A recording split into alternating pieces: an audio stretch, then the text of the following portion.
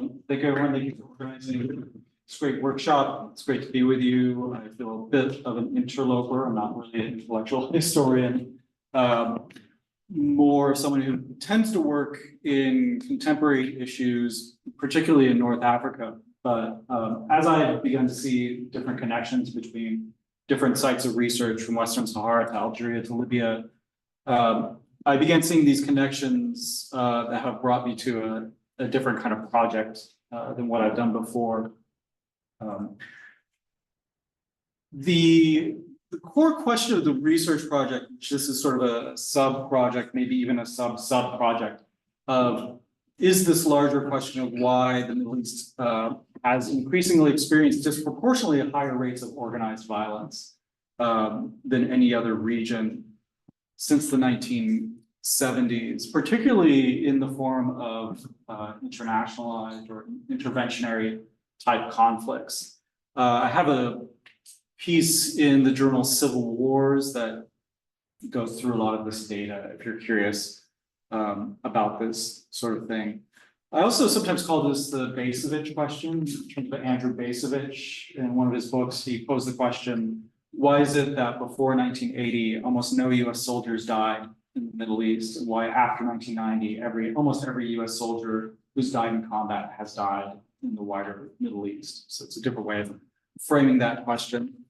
Right now, the larger research project pivots on these three sort of questions.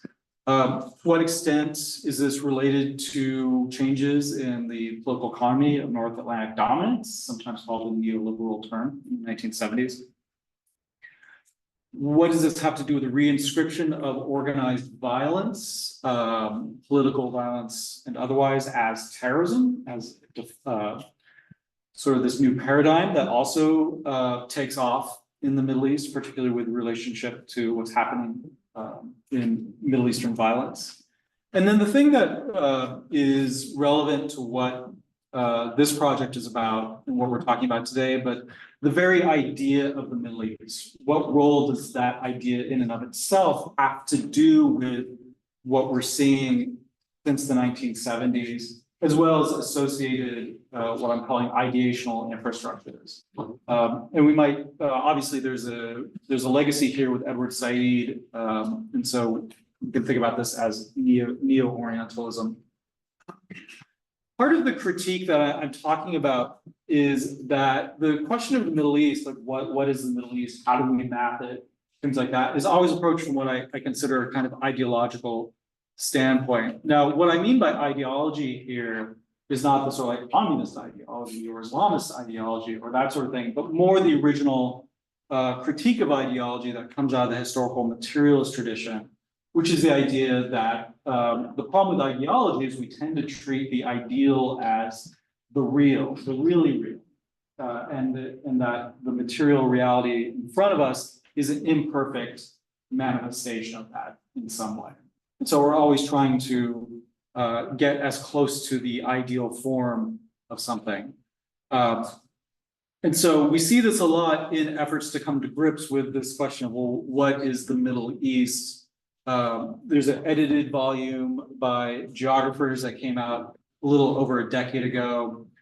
They kind of narrow in some of the readings on this idea of sociocultural unity, so that for some reason, the region from the western edge of the Sahara Desert to the eastern Himalayas has some sort of unity that can allow us to say that there is a Middle East. The geographer Karen Kolkasi did a survey of expert opinions, right? And so we get this idea, well, there's a core Middle East that everyone can agree, is the Levant, Mesopotamia, and then Egypt, Arabia, and then you kind of go out and out from that. Less well known are some of these ecological sort of definitions or socio-ecology, things of that sort. And what's really kind of curious, when you think about some of this critiques of race and IR that have come out from Barter and Vitalis, the kind of idea that international relations used to be about race. But what we see in efforts to define the Middle East recently is actually bringing race back into it. And this isn't even just with scholarship. a Middle Eastern ethnic category was actually recently added to the US Census so that, Egyptians and Lebanese and Iranians could all, have a category in the census, right? Meanwhile, Jewish is still obviously kept as something else. So what is my critique of the ideological approach here? Right, well, these are the points that are raised in the concept note that was circulated. When the Middle East was put forward explicitly as a concept between the years 1900 and 1903, including by Valentine Shirel in the famous front piece from the book, it wasn't what we think of as the Middle East today. It was definitely centered more on India. And often what's very interesting when you look at uses of the term the Middle East in this period, from the early 1900s, even into the interwar period, is that the Middle East is often areas east of India. So Burma, sometimes as far as the Philippines, things that, places that would almost never be considered Middle Eastern in today's terms. This has often raised questions about, who invented the term the Middle East.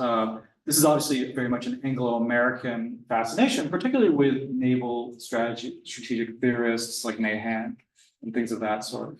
But one of the things that we also have to realize is that a discourse of the near and the far Middle East was already in circulation in the 1800s. And so what I'm also wondering here is less about the human agency in terms of the genesis of this idea, but the structural agency of the schema once you already have a near, far, proche, extreme sort of system, a moyenne or a middle can obviously emerge from that. So is the Middle East a structural effect of a geographical schema that's already in existence? Something I didn't talk about in the paper, but which is also curious, is the Middle East isn't even a settled object necessarily into the Cold War period. We can see here with the way that the State Department is thinking about the region. Greece, Somalia is included. My personal bugbear, Mauritania, a country that is 90% Sunni Muslim Arab, is never really included in these maps. And what is the logic driving all of that? The Middle East Studies Association is itself one of the last of the large area studies associations to develop. The African Studies Association, the Asian Studies Association, those all predate the Middle East Studies Association by a decade or more. And in terms of how the US government is even envisioning this region as a separate unit, we had these two regions brought together until 1992. So even after the first Gulf, the United States is not thinking of the Near East as necessarily something that should be managed separately from South Asia. And of course, Central Command is developed in the 1980s. So going beyond the paper, what are the unanswered questions here? Now we know that between 1900 and 1921, the Middle East becomes a project of the British Empire. What I mean by that is the idea that this, which I think could be the first map from 1914, that has two things. One, it depicts what we often think of as the Middle East today. And two, it's labeled as such by the cartographers. So I had a research assistant credited in the paper, spent an entire semester in all the online archives that we could try to find to see where's the first quote unquote map of the Middle East. Right, because you often you'll see these things where people will pull out the Sykes-Picot map where the lines are drawn and say, oh, this is the map that made the Middle East, but the map doesn't say the Middle East, right? It says a lot of different things. So so this British project to make this the Middle East, right? So the questions are, what actors and institutions drove this? This could be obviously state actors, state institutions, and imperial actors. Again, some of the names that were already mentioned here are deeply involved in a lot of these affairs. But we can also think about missionary activities, things that are happening outside of what we think about as the state going on as well. Now there's reconfiguration, obviously dramatic reconfigurations of global politics, the global economy during this period. One of the thoughts I actually forgot to finish in the paper, so there's a sentence that just kind of trails off for no reason, was, the oil question. And again, what's really interesting about this period is that the Middle East is interesting not because it has oil, mainly Iran and what we call it Iran and Iraq today, although obviously Azerbaijan is huge at this point. But the Middle East is interesting insofar as there are efforts to keep Middle Eastern oil out of the market so that profitability can be maintained for those interests that are already involved. So whether that's in Galicia, in Azerbaijan, or even as far as Indonesia. Now, the question here is one about the agency of the idea itself. Was there a conscious activism against other ideas to call this region the Middle East, or right? Is it the idea that is driving the effort, right? And so where does this agency and power come from? I've decided to flip what I call the Biden question in a way. Biden is now very fond of saying, if Israel didn't exist, the United States would have to invent Israel, which I don't think is the compliment that Biden thinks it is, right? If our empire didn't have X, we would have to invent X. And that's kind of the idea here. Regardless of what this region would have become named, was there a reason to think that this region needed a name?